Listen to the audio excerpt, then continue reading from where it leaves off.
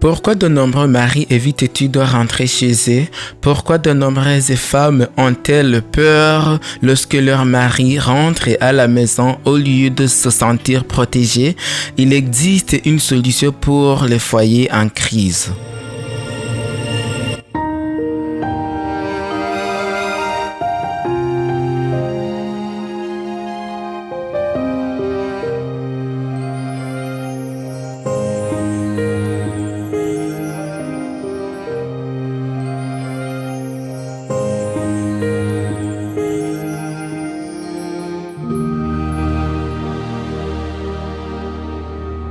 Le rêve de chaque famille est d'avoir sa propre maison, son propre abri. De nombreux sacrifices sont faits pour réaliser le rêve de posséder une maison et une fois atteint, il doit être entretenu de manière ordonnée afin que la maison puisse rester belle. Mais à quoi bon avoir une belle maison si la relation entre les membres de la famille n'est pas bonne ou s'il y a des tensions entre les conjoints? Beaucoup évitent même de rentrer chez eux parce qu'ils redoutent de voir leur conjoint. Les prophètes conseillèrent les rois et le peuple en disant: si l'Éternel ne bâtit la maison, ceux qui la bâtissent travaillent en vain. Si l'Éternel ne garde la ville, celui qui la garde veille en vain. Psaume 127, verset 1. Moi et ma maison ne servirons l'Éternel. Josué 24, verset 15. Ainsi parle l'Éternel, donne tes ordres à ta maison. Ésaïe 38, verset 1. Car ma maison sera appelée une maison de prière pour tous les peuples. Ésaïe 56, verset 7. Si vous voulez une maison remplie de bénédictions et de prospérité, ce sont les mots les mieux recommandés pour votre maison également. Dans ces paroles, il y a un détail qui affecte tous les aspects du foyer, inclure le Seigneur. Donc, il est le bâtisseur et nous sommes ceux qui le servent. C'est la différence entre le plan que Dieu a conçu et le plan humain.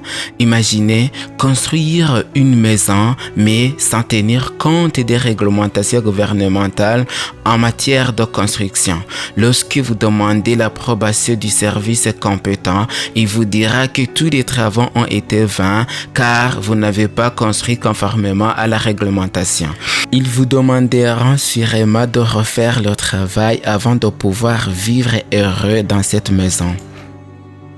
Dieu a des règles pour le foyer. L'application de ces règles se traduira par un foyer heureux avec des décisions qui mènent à un beau but, plein d'expressions d'amour véritable, avec une communication qui élève, avec des sentiments basés sur des principes divins, avec des plans constructifs et avec des idéaux qui portent des touches de bonheur, de qualité et de paix. Nous devons tous connaître ces règles pour obtenir de bons résultats. Je me souviens d'un jeune couple en Autriche qui avait un garçon et 2 jumeaux nouveau-nés. Ils assistaient régulièrement au cours de la cuisine que nous offrions à la communauté. Après avoir observé ma famille et la façon dont nous élevions nos jeunes enfants, un jour le mari m'a dit: nous aimons vraiment la façon dont vous élevez vos enfants. Ils ont des normes différentes de celles des autres et je vois que vous avez une ligne claire et ils savent ce qu'ils doivent faire et comment ils doivent le faire. Je veux que ma femme apprenne de toi. Comment savez-vous que la manière d'enseigner et d'éduquer est la bonne? Ils m'ont donné l'occasion de leur rendre visite personnellement et de lire dans la Bible les règles que Dieu nous a laissées pour un foyer heureux et prospère. Malheureusement, la société choisit ses propres chemins et construit ses maisons sans consulter Dieu. Les jeunes se laissent porter par les émotions et cherchent des partenaires qui plaisent à leurs yeux sans tenir compte des valeurs spirituelles. Beaucoup d'entre eux décident même de vivre ensemble sans se marier. Après avoir fait l'expérience des réalités de la vie, ils se séparent à nouveau. Les sentiments et les émotions sont affectés par leur action, ce qui détruit leur bonheur apparent. Construire selon les normes divines signifie s'asseoir et étudier pour connaître sa loi. Chaque jour, nous devrions nous asseoir pour lire la Bible en famille. Nous devons aussi communiquer avec Dieu comme avec un ami qui nous conseille et nous enseigne. Et ainsi, nous apprendrons de nouveaux détails pour faire avancer la maison avec joie et sécurité.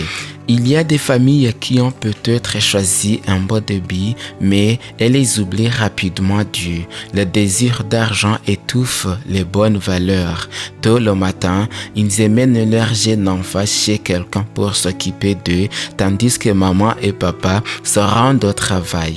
Les moments les plus importants pour établir les valeurs éternelles dans des esprits tendres et créer des habitudes spirituelles sans négliger parce qu'il n'y a pas de temps.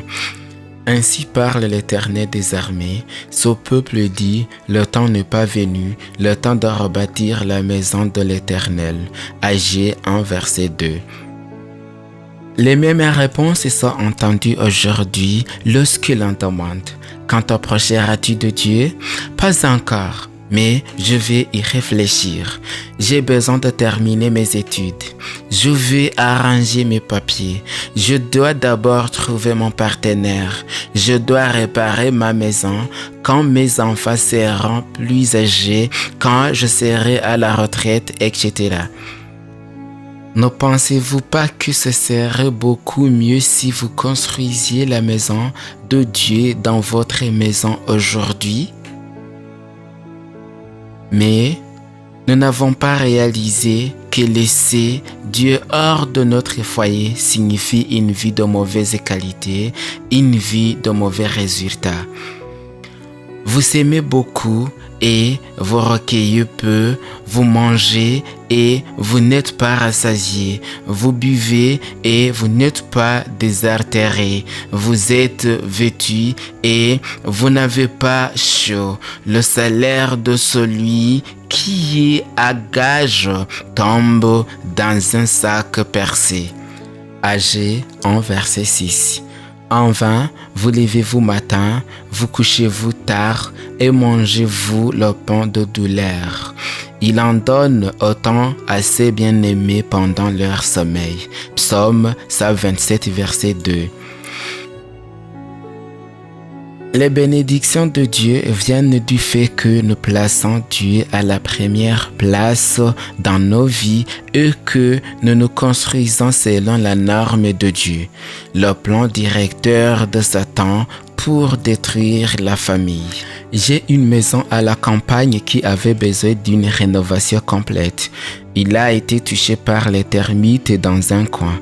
Ces petits animaux, au fil des décennies, avaient lentement mangé une poutre en bois et les fondations. Cela me rappelait comment Satan essaie de saper les fondations de nombreux foyers. Lentement et avec des efforts constants, il cherche à trouver un petit espace dans les maisons, mais cela détruit les principes fermes que Dieu a placés pour leur construction. Comme il s'agissait d'une vieille maison et qu'elle devait de toute façon être entièrement rénovée, l'un des premiers travaux à effectuer a été de remplacer la poutre en bois et de restaurer les fondations qui ont été touchées. Si vous détectez le travail de l'ennemi dans votre maison, vous devez également réparer les fondations. Bien que cela puisse sembler incroyable, avec seulement un vérin hydraulique capable de soulever 8 tonnes et un groupe de personnes expérimentées, la maison a été progressivement soulevée, la poutre en bois affectée a été remplacée et les fondations ont été restaurées. Il m'aurait été impossible de le faire seul, mais l'expérience de ses amis a suffi à restaurer la maison touchée. Si vous êtes déterminé à restaurer des principes perdus, Dieu travaillera par l'intermédiaire de ses agents et du Saint-Esprit pour vous aider à restaurer votre foyer. Tout ce dont vous avez besoin, c'est de la foi, de la patience et de mettre votre vie sous le contrôle de Dieu. De plus, dans votre maison, le Seigneur peut soulever encore plus de 8 tonnes de problèmes et de vous donner le bonheur. Quels sont ces petits termites qui tentent de détruire la famille? Mentionnons 4 attaques de l'ennemi sur la famille. Division. Soyez sobre, veillez. Votre adversaire, le diable, rôde comme un lion rugissant, cherchant qui il dévorera. 1 Pierre 5, verset 8. Satan cherche à introduire la division au sein des familles en formant des désaccords et des conflits. Cela peut se manifester par des disputes, un manque d'esprit de pardon, un manque d'humilité, un manque de communication et des relations fracturées, affaiblissant les liens familiaux. L'orgueil est souvent un obstacle à la diminution de ces erreurs et à la demande de pardon. Les parents doivent veiller à ne pas laisser l'esprit de dissension s'infiltrer dans le foyer, car c'est l'un des agents de Satan pour faire son impression sur le caractère. Si les parents s'efforcent d'atteindre l'unité au foyer en inculquant les principes qui ont régi la vie du Christ, les dissensions seront chassées et l'unité et l'amour y demeureront. 2. L'égoïsme et l'individualisme, car les hommes seront égoïstes, amis de l'argent, fanfarons, hautains, blasphémateurs, rebelles à leurs parents, ingrats et religieux. 2 Timothée 3, verset 2. Le Créateur a conçu que les gens se respectent et s'aiment les uns les autres, manifestant toujours un intérêt pur et désintéressé pour le bien-être de l'autre. Mais le but de Satan a été d'amener les gens à se donner la priorité d'abord. En cédant à son contrôle, ils ont développé un égoïsme qui a rempli le monde de misère et de conflits, mettant les êtres humains en désaccord les uns avec les autres. Combien déshonore le Christ et dénature son caractère dans le cercle familial? Combien ne manifeste pas la patience, le pardon et l'amour véritable? La vie de Jésus est pleine de bonté et d'amour. 3. Détruire les fondements moraux. D'où viennent les luttes et d'où viennent les querelles parmi vous? N'est-ce pas de vos passions qui combattent dans vos membres? Vous convoitez et vous ne possédez pas. Vous êtes meurtriers et envieux et vous ne pouvez pas obtenir. Vous avez des querelles et des luttes et vous ne possédez pas parce que vous ne demandez pas. Vous demandez et vous ne recevez pas parce que vous demandez mal dans le but de satisfaire vos passions. Adultères que vous êtes, ne savez-vous pas que l'amour du monde est inimité contre Dieu? Celui donc qui veut être ami du monde sera ennemi de Dieu. Jacques 4, versets 1 à 4. Satan cherche à briser les fondements moraux au sein des familles en promouvant des valeurs contraires aux principes bibliques. Il utilise les médias, les images, la musique, la mode, la nourriture, les enseignants, les dirigeants et les lois libérales pour influencer les esprits sur les valeurs morales bibliques. Le faible niveau moral de la société est toléré par le gouvernement et les églises. Le diable veut que vous participiez à ce qu'il offre, les soi-disant plaisirs qui non seulement vous conduisent au péché, mais vous rendent aussi opaque, malhonnête et immoral. Il sape le caractère sacré du mariage en promouvant l'infidélité et la polygamie moderne, ce qui conduit à des familles brisées. Certains effets des mariages brisés sont l'anxiété, la dépression, le sentiment de perte, le sentiment d'abandon. L'échec du mariage peut également entraîner de l'agressivité, du stress, un impact sur la capacité de concentration, des difficultés scolaires, une perte de confiance, une perte d'engagement, une perte de communication et aussi des défis financiers, un risque de toxicomanie et les enfants peuvent répéter l'exemple de leurs parents dans leur avenir, sentant qu'ils abandonneront facilement une relation si elle ne fonctionne pas bien. Attaque contre l'autorité et l'honneur des parents. La verge et la correction donnent la sagesse, mais l'enfant livré à lui-même fait honte à sa mère. Proverbe 29, verset 15. La Bible enseigne aux enfants à honorer et à obéir à leurs parents et c'est le privilège des parents de les guider, de les nourrir, de les corriger et de leur montrer un amour authentique.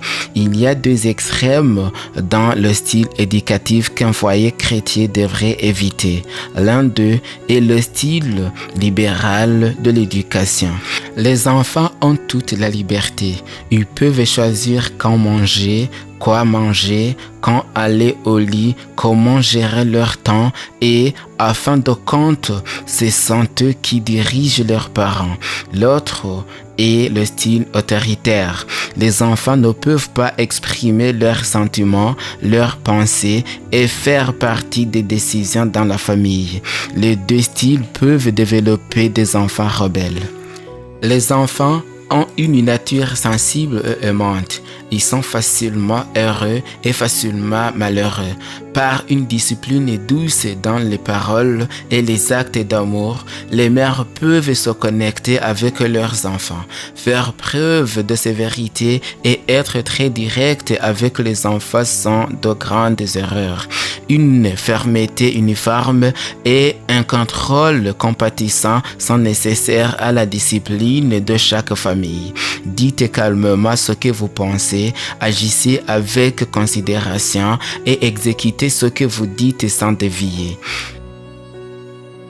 La rébellion s'installe trop souvent dans le cœur des enfants par une mauvaise discipline des parents. Si une bonne éducation avait été donnée, les enfants auraient formé un caractère bon et harmonieux. Parlons maintenant le plan de Dieu pour le mariage et la famille. 1. L'unité et la communion fraternelle.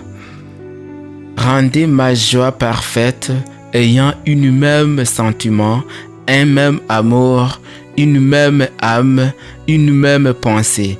Philippiens 2, verset 2. Selon le plan original de Dieu, la famille est conçue pour être une source d'unité et de communion. Le lien entre les membres de la famille procure un soutien émotionnel, de l'amour et un sentiment d'appartenance. Plus les membres d'une famille sont unis dans le travail à la maison, plus l'influence que chaque membre de la famille exercera à l'extérieur de la maison sera édifiante et utile. C'est pourquoi l'homme quittera son père et sa mère et s'attachera à sa femme et ils deviendront une seule chair. Genèse 2, verset 24. Le verset souligne l'union sacrée entre un mari et une femme. La phrase « C'est pourquoi l'homme quittera son père et sa mère », une séparation des liens familiaux pour créer une nouvelle union indépendante. L'utilisation du mot « et se joindra » signifie un lien fort et indéfectible entre le mari et la femme, soulignant l'engagement, la dévotion dans l'amour et aussi la nécessité de faire des choses ensemble dans le mariage. L'expression « ils seront une seule chair » souligne l'unité profonde et l'interdépendance de la relation conjugale, non seulement physiquement ou financièrement, mais aussi émotionnellement et spirituellement. Deuxièmement, l'amour et le sacrifice.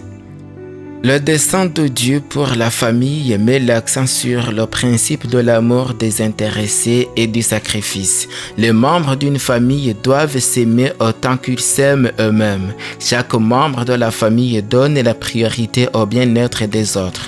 Établissez la confiance et approfondissez les liens au sein de la famille. Ephésiens 5 est le chapitre sur l'amour du mari et le respect de la femme. L'amour du mari. Acte de sacrifice. Le mari peut faire preuve d'amour en faisant des sacrifices pour le bien-être et le bonheur de sa femme et de ses enfants. Cela peut signifier renoncer à ses préférences personnelles, limiter le temps passé sur les nouvelles ou les médias sociaux. Il peut passer du temps avec eux en faisant peut-être une promenade en famille ou en profitant d'un jus de fruits en soirée ensemble. Des mots d'affection et une communication efficace. Il y a beaucoup d'hommes qui ne savent pas à quel point le cœur de leur femme a faim de mots de tendresse et d'affection. Engager une conversation ouverte et honnête n'est pas si facile pour beaucoup d'hommes. Vous pouvez l'apprendre en posant des questions ouvertes telles que « Que pensez-vous d'eux ?» Pouvez-vous m'aider à mieux comprendre cela? Y a-t-il quelque chose dont vous avez besoin de ma part en ce moment? Comment pouvons-nous travailler ensemble pour trouver une solution? Quels sont vos objectifs dans ce domaine? Avez-vous quelque chose en tête dont vous aimeriez que nous parlions? Et n'oubliez pas qu'écouter leur femme est une partie importante d'une bonne communication dans le mariage. Actes de service. Des gestes simples tels que l'aide aux tâches ménagères ou la prise en charge des enfants et d'autres responsabilités démontrent une volonté de soulager les fardeaux de la famille. Respect de l'épouse. Affirmation et encouragement. Reconnaître et valoriser les efforts de votre mari, qu'ils soient grands ou petits, renforcera le lien d'amour. Souvent, les femmes ne savent pas comment reconnaître les efforts de leur mari. Ils peuvent dire des choses comme « J'admire votre gentillesse et votre générosité. Votre humour apporte de la lumière à notre maison. Merci de travailler si dur et de ne jamais abandonner. Vous faites preuve de tant de responsabilité et de dévouement dans votre travail. J'apprécie votre volonté d'écouter et de comprendre mes sentiments. Vos encouragements me donnent de la force.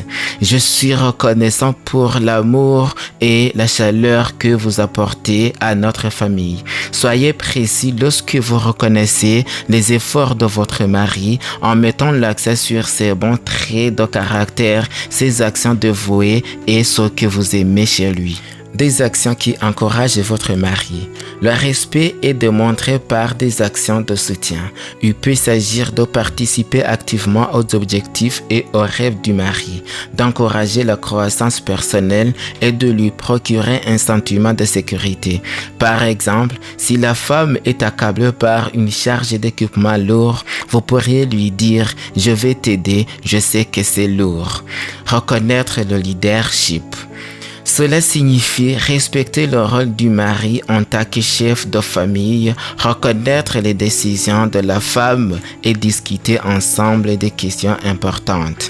Nous devons avoir l'esprit de Dieu, sinon nous ne pourrons jamais avoir l'harmonie dans le foyer. La femme, si elle a l'esprit de Christ, fera attention à ses paroles. Elle contrôlera son esprit, elle sera soumise et pourtant elle ne sentira pas qu'elle est une esclave mais une compagne de son mari. Si le mari est un serviteur de Dieu, il ne dominera pas sur sa femme. Il ne sera pas arbitraire et exigeant. Il y en a un qui se tient encore plus haut que le mari au-dessus de la femme. C'est le Rédempteur et sa soumission à son mari doit être rendue comme Dieu l'a ordonné, comme il convient au Seigneur. N'oubliez jamais que vous devez rendre le foyer lumineux et heureux pour vous et vos enfants en chérissant les attributs du Sauveur. Si vous amenez Christ dans la maison, vous saurez distinguer le bien du mal. Vous pourrez aider vos enfants à être des arbres de justice portant le fruit de l'esprit. Le dessein de Dieu sur la famille implique la transmission des valeurs bibliques et des principes moraux d'une génération à l'autre. Les parents doivent être un guide, un enseignant aux membres de la famille, la justice, l'intégrité, la foi, la crainte du Seigneur et l'importance de vivre selon les commandements de Dieu. Cette transmission de valeurs sera une bénédiction pour la société, laissant nos maisons être fondées selon Dieu. Je voudrais dire une prière pour les familles qui sont en crise, afin que Dieu unisse les cœurs dans l'amour et renforce les relations entre les familles. Je vous invite de prier avec moi. Notre Père Céleste, nous venons à toi après avoir parlé de l'importance des relations familiales. Seigneur, nous souhaitons avoir des belles familles. Nous ne voulons pas des maisons vides, mais nous voulons des familles pleines d'amour, pleines de gaieté, de service, pleines d'attention et de notre reconnaissance. Seigneur, aide-nous à comprendre nos femmes, nos maris, nos enfants. Aide-nous, Seigneur, à les servir, à les élever et à nous pardonner si nous avons mal fait. Seigneur, aide-nous à fixer nos yeux sur toi comme bon exemple de service et d'éducation. Seigneur, bénis les familles qui écoutent ce programme et aide-les, Seigneur, à avoir des belles maisons. Au nom de Jésus, nous prions cela et je te remercie. Amen. Si vous voulez grandir dans votre connaissance des valeurs bibliques, je vous recommande de vous inscrire au cours biblique gratuit au pied de Jésus qui se trouve sur le site web www.biblearaison.org. Ne manquez pas le prochain et dernier sujet de cette série, l'identité de la famille. Que Dieu vous bénisse.